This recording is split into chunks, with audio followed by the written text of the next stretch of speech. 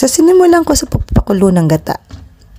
Pero, yan, bago ko pinakuluan, nakapaghalbos na ako ng sago. Tapos, yung aking saging at kamote, niluto ko na before. Excited lang. Tapos, eto ang aking glutinous flour. Nilagyan ko ng kulay. O, di ba? Ang saya ng color. Konti lang kasi hindi rin ako masyado mahilig sa malagkit. Kaya, konti lang para lang meron siyang malagkit. Ayan, kumukulo na kaya ilalagay ng glutinous flour. Alam niyo na naman yung step dito. So, yung lulutuin lang natin dito is yung glutinous flour, yung ube, tsaka yung ube. Kasi yung kamote at saging, naluto ko na day before. Nilagyan ko na ng konting sugar. Kasi kung dito ko rin papalambutin yung kamote, baka masyadong maigi yung gata natin. Yan, nilagyan ko na siya ng sugar. Tinansya ko na lang.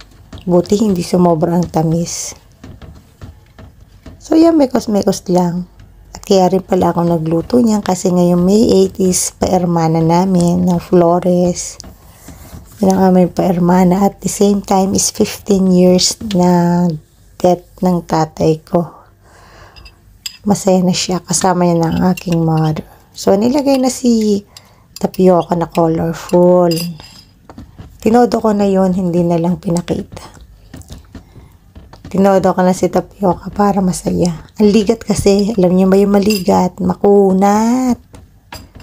Kasing kunat mo. At yan na, yung kamote, tsaka yung saging. Luto na yan, may tamis na. Kaya, so yummy mga kabebang. Hintayin na lang nating maluto, ha?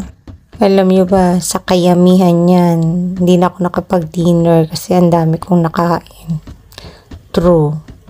Ang dami kong nakain kasi ang yummy, hindi nakakasawa.